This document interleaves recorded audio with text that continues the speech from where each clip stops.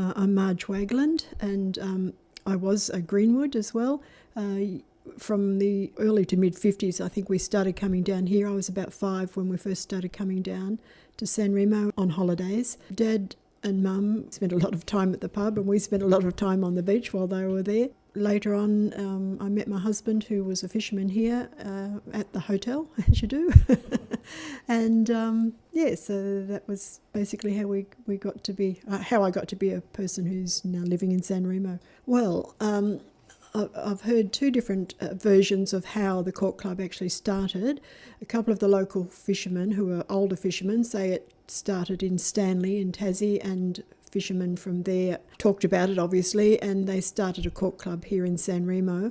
Another version is that it started at Queenscliff, and one of the local fishermen families brought the idea across and started it up there. But despite how it started, the idea of it was to raise funds for people who had traumas with the sea, from people whose husbands may have drowned or people who are injured at sea. The Cork Club worked to help them financially. Well, the way it raised its funds, the whisky bottles had corks in those days, and the corks were taken from the bottles, a cork cut off flat with the top of the cork, and Bertie Johnson, who was a local fisherman, he would stamp SCC onto it, which stood for San Remo Cork Club. People would purchase one of these. I've heard someone say it cost £1, someone else said it cost $1. I guess it depends on what time you bought your cork as to what it cost. And you were meant to carry the cork with you all the time.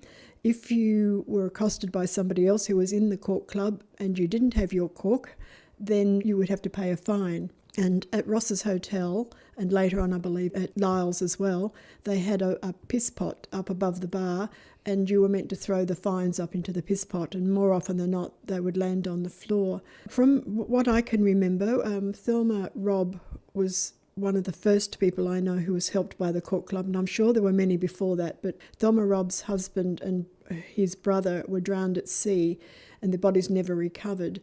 And Thelma had a young child at that stage, and the Cork Club helped with building a house for her in Willamai Grove in San Remo.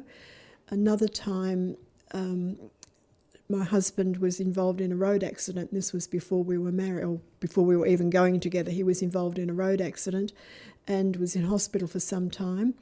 And the Cork Club, our dad had a fundraising activity at a holiday house at New Haven, and raised money, and that money paid for Graham's hospital stay and some of his bills and things that he had in association with the accident. The last time I can remember the Cork Club funds being used in the town was when Rhonda Churchill was helped to build a house after her husband Barry was drowned at sea. I'm sure there were lots of other things as well, but they're the ones that I do know of. I can remember most vividly the day I got married.